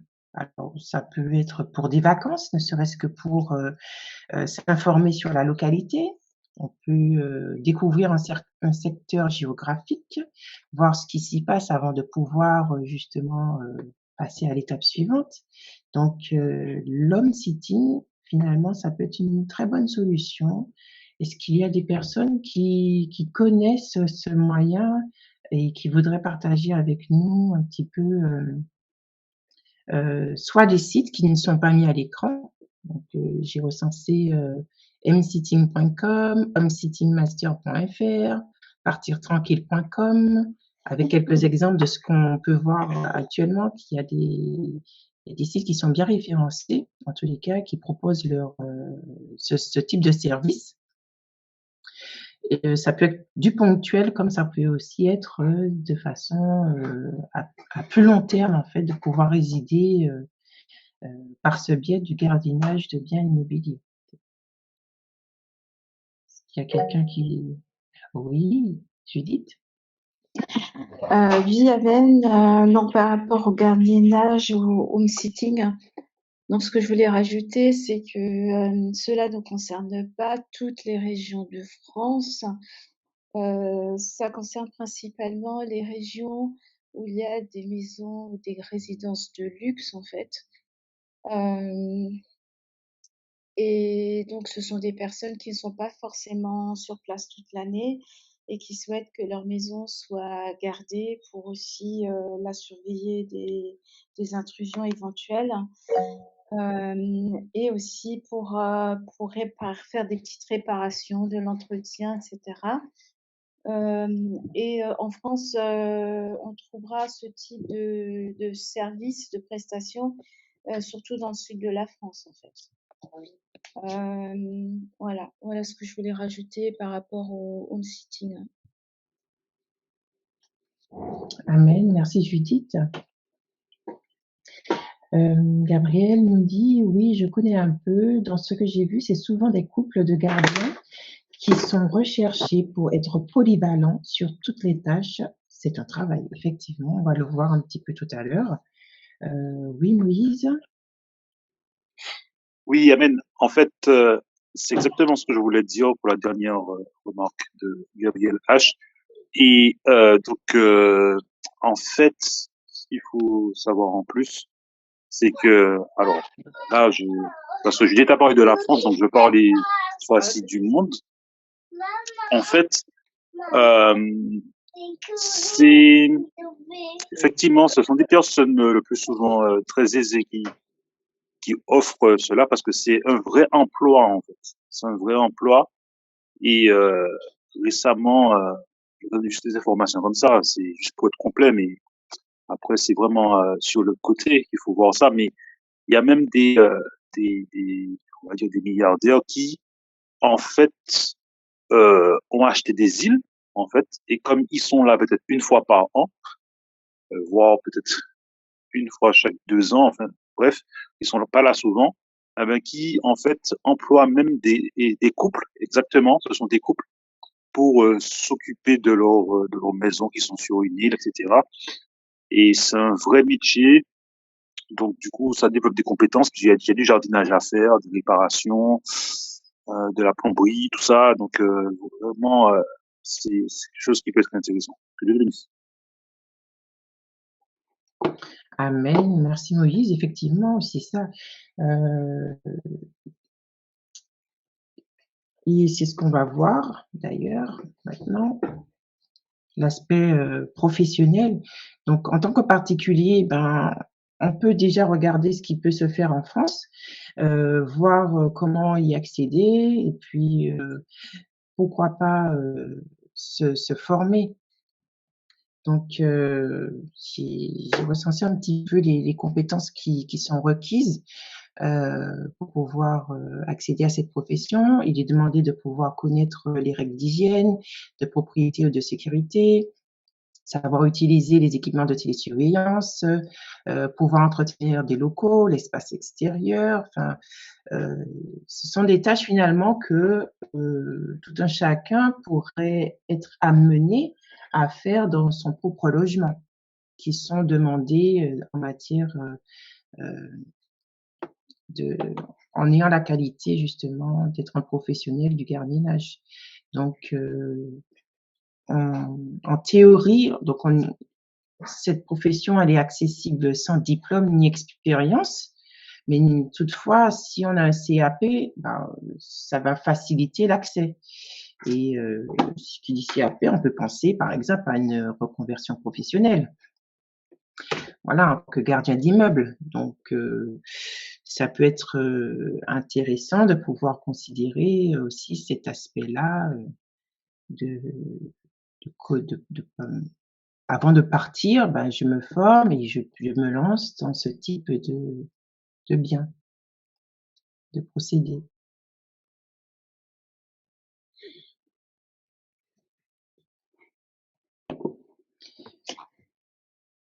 Et oui, Judith. Oui, Christian, ce que je voulais dire, justement, quand tu parles de reconversion professionnelle, c'est important d'insister sur cet aspect-là de la reconversion professionnelle lorsque l'on envisage le départ à la campagne, parce qu'il ne s'agit pas seulement uniquement d'aller acheter un bien, ou si on n'en a pas les moyens, comme c'est l'objet de cette réunion, d'aller chercher un bien ou habiter à la campagne, en location ou autre. Il s'agit aussi de savoir quelle profession on va exercer une fois que l'on est à la campagne. Est-ce qu'on peut continuer à exercer sa profession actuelle? Est-ce qu'on peut travailler en télétravail? Est-ce qu'il faut que l'on modifie son activité professionnelle? Faut-il que l'on se forme pour une reconversion professionnelle? Donc, c'est pas un aspect que l'on va aborder aujourd'hui, ce n'est pas l'objet de cette réunion, mais ce serait intéressant que l'on puisse l'aborder lors d'une prochaine réunion. Voilà ce que je voulais dire. Amen.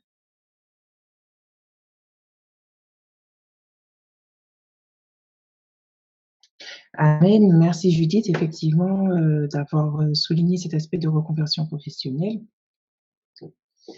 Et oui, si vous avez des questions, ben, n'hésitez pas à pouvoir les poser.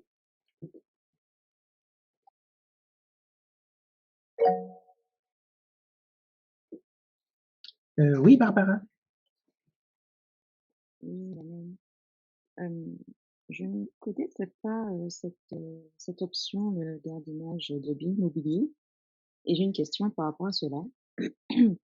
Est-ce que c'est plutôt un moyen pour faire du repérage, ou parce que là, dans ce cas-là, de ce contexte-là, on n'acquiert pas un bien, si j'ai bien compris. Et en fait, lorsque les propriétaires reviennent, ça se passe comment pour le professionnel ou les professionnels? D'accord. Merci pour tes questions. Oui. Tu as levé la main à nouveau, Barbara, je crois. Non, ok. Moïse, tu as levé la main. Est-ce que c'est pour répondre à cette question? Vas-y, en tout cas.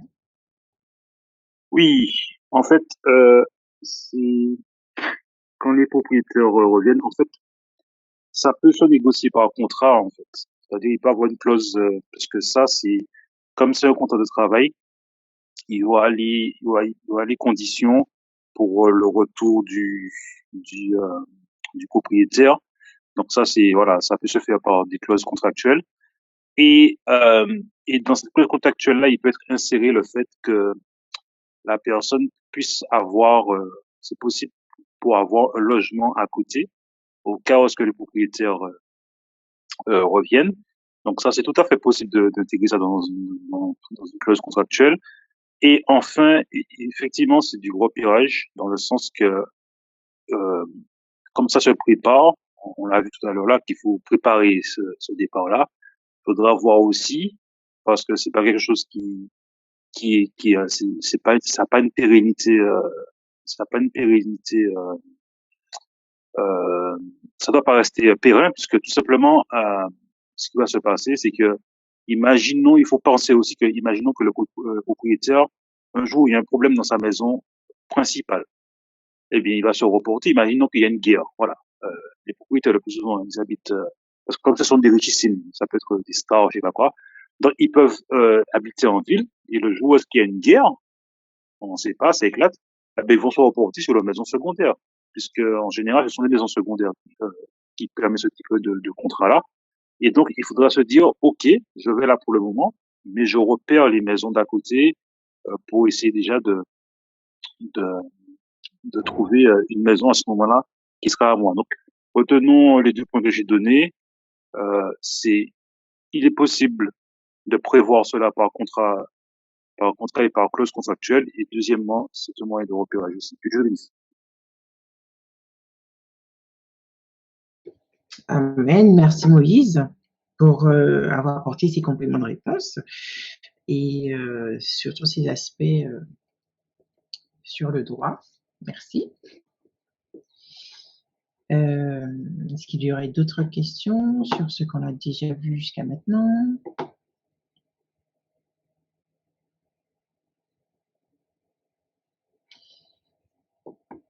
Ok, je vais poursuivre. Du coup,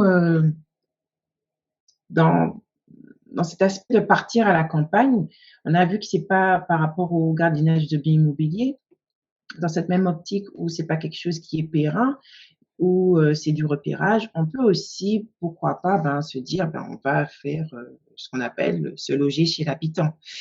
Et j'ai ajouté la déclaration de la messagère qui dit c'est grâce aux relations sociales que le christianisme entre en contact avec le monde, à tout homme et à toute femme qui a goûté l'amour du Christ et dont le cœur a bénéficié de l'illumination divine. Le Seigneur demande de projeter la lumière sur le chemin obscur de ceux qui ignorent la meilleure voie. Il faut tirer parti du pouvoir des relations sociales sanctifiées par l'Esprit du Christ afin de gagner des âmes au Sauveur. Témoignage pour l'Église, volume 4, paragraphe 555. Donc, pour pouvoir préparer cette réunion, je me suis donc rendue sur un groupe Facebook qui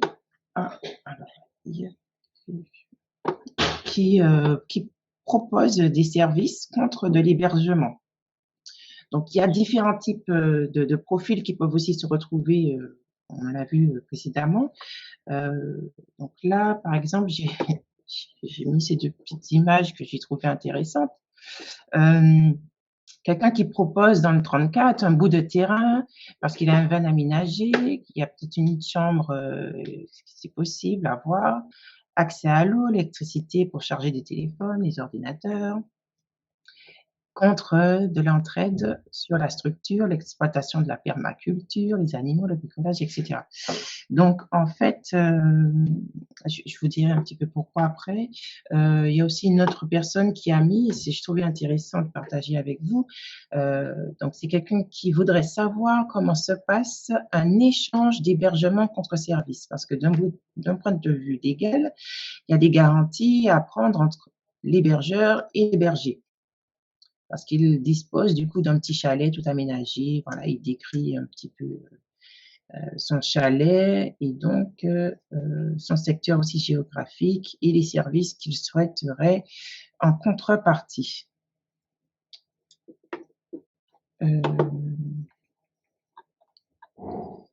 Alors, j'ai vu qu'il y a une question. Okay. D'accord. Une question dans le chat de Marisa qui demandait à Moïse si elle trouvait une maison dans le coin, est-ce qu'elle peut interrompre le contrat avant la fin du terme? Oui, en respectant une période de congé de haut d'honneur au bail. Ok. Merci Moïse pour avoir pu répondre à la question de Marisa.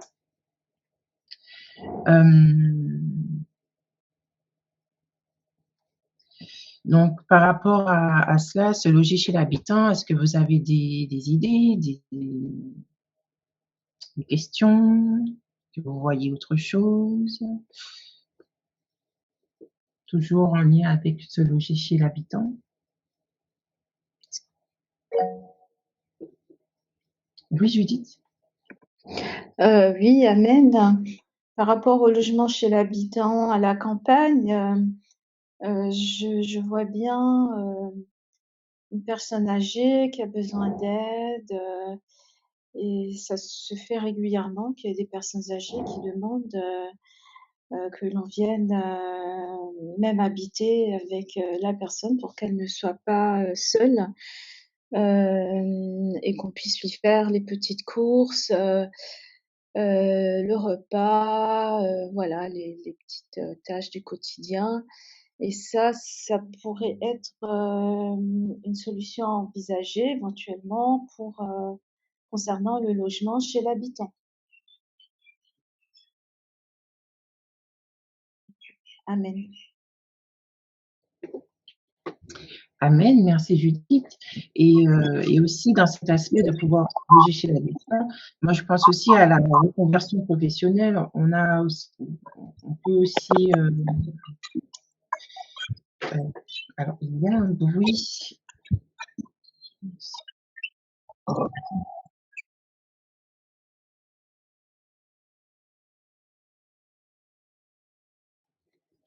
Voilà, merci. Par rapport au fait de se loger chez l'habitant, comme tu as pu le souligner, des personnes âgées qui aimeraient, qui demandent de l'aide.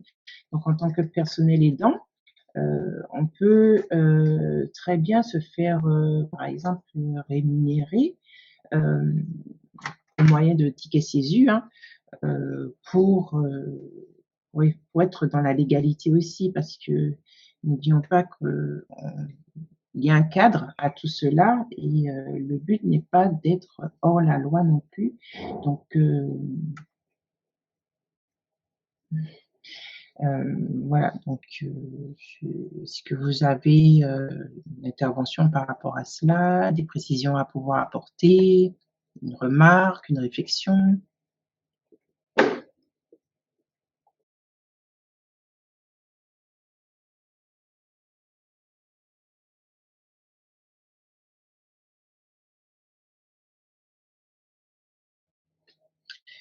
Est-ce que jusqu'à maintenant, du coup, il y a suffisamment eu d'idées, à votre avis, pour ceux qui n'auraient pas d'argent?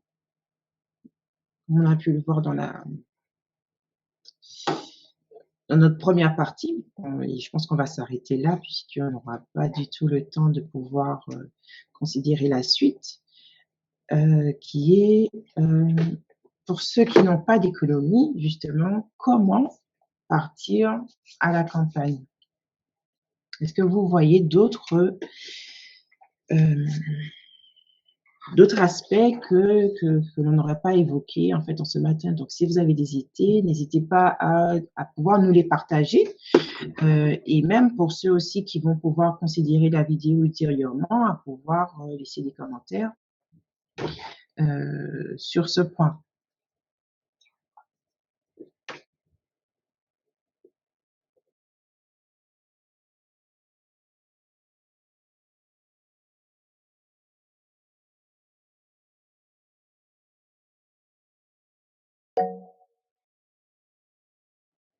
Oui, Barbara? Oui, alors je n'ai pas à ce jour d'autres idées par rapport à ce qui a été présenté. Maintenant, le sujet étant évoqué, eh bien, ça incite à aller chercher plus. Donc, pourquoi pas justement que l'on puisse eh bien, récolter peut-être d'autres informations s'il y en a d'autres et de pouvoir en discuter la prochaine fois. Amen. Effectivement, ben, c'est bien. Si ça donne des idées pour pouvoir justement explorer des choses, c'est effectivement le but de cette réunion, c'est de pouvoir nous aider tout un chacun à pouvoir ouvrir des perspectives qui jusqu'alors n'auraient pas été envisagées. Et donc, voilà.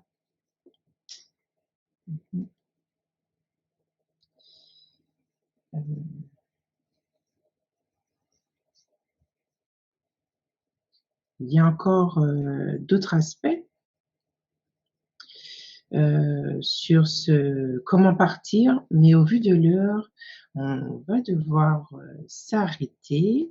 Pour le moment, en tous les cas, d'échange de discussion sur cette question.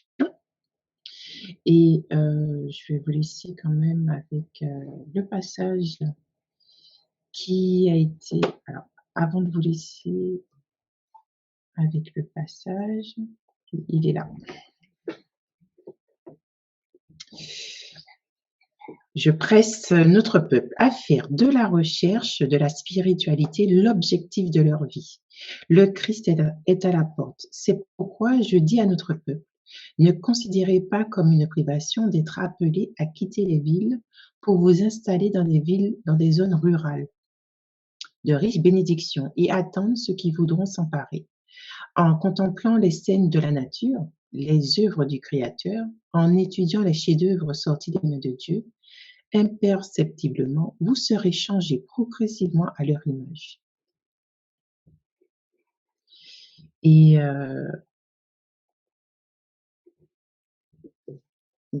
toujours dans cette optique de pouvoir chacun s'enrichir et s'entraider, il y a aussi également des astuces et des conseils que vous pouvez retrouver sur le site prépare-toi.org qui va traiter justement du thème de la ville à la campagne. Donc, vous pouvez considérer ce site internet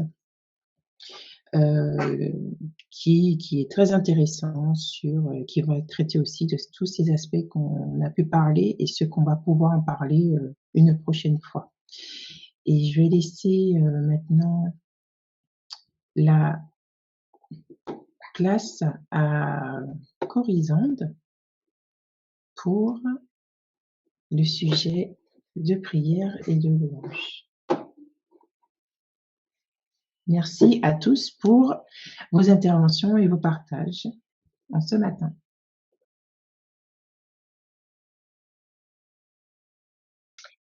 Alors merci Christian. Est-ce que tu peux me confirmer si on m'entend toujours correctement? Oui, on t'entend.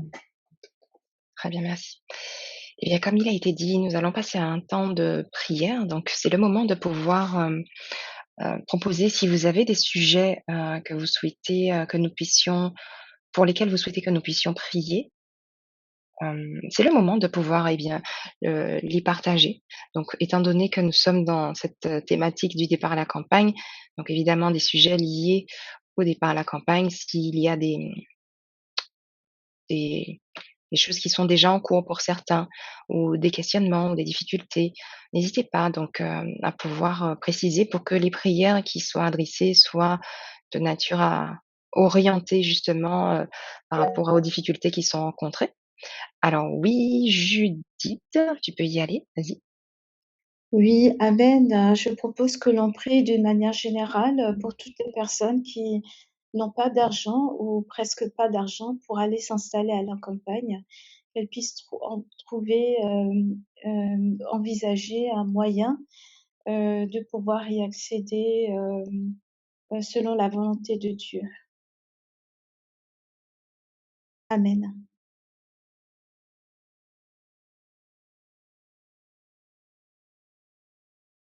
Amen. Donc le premier sujet, merci Judith, à savoir pour toutes ceux et celles qui souhaitent partir à la campagne, mais qui ont peu de moyens. Donc le premier sujet, OK. Donc n'hésitez pas si vous avez un autre sujet, qui peut être précis. Là, nous sommes, dans un premier sujet qui est assez large. Donc si vous avez une difficulté particulière, c'est le moment n'hésitez pas à lever la main, tout comme Judith, si vous souhaitez que nous puissions prier de manière plus précise concernant le départ à la campagne. Également, si, vous avez des sujets de remerciements ou des témoignages à partager dans le sens que vous voyez déjà s'accomplir, une évolution ou le projet est en cours ou il y a quelque chose voilà, il y a une avancée par rapport à cette démarche, c'est le moment aussi de pouvoir, témoigner de, où vous en êtes par rapport à ce départ à la campagne. Donc n'hésitez pas à lever la main pour cela. Je vais attendre encore quelques instants, quelques secondes, mais s'il n'y a pas d'autres sujets, nous prierons simplement pour, la thématique de ce jour, à savoir comment, eh bien, partir à la campagne sans moyens ou presque finalement, puisque je ne vois pas de demande de parole et là, nous sommes dans ce temps où vous pouvez exprimer, eh bien, les difficultés que vous pouvez rencontrer, qui peuvent être un sujet de prière, ou les avancées également, qui peuvent être un témoignage pour tout un chacun. Au vu de l'heure, sachant qu'il nous faut aussi prier, donc j'attends quelques secondes et si toutefois il n'y a pas d'intervention, eh bien nous allons nous diriger vers la prière.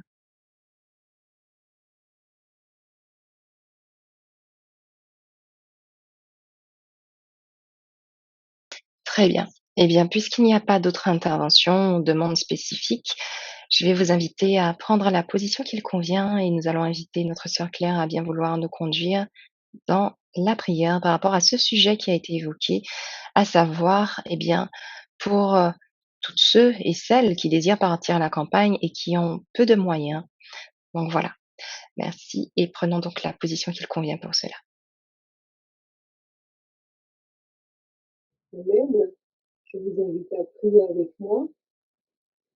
Notre Père, notre Dieu, nous te sommes reconnaissants de ce que tu nous as accompagnés en ce matin, que tu nous as invités à venir à ta rencontre, à participer à cette réunion de départ à la campagne.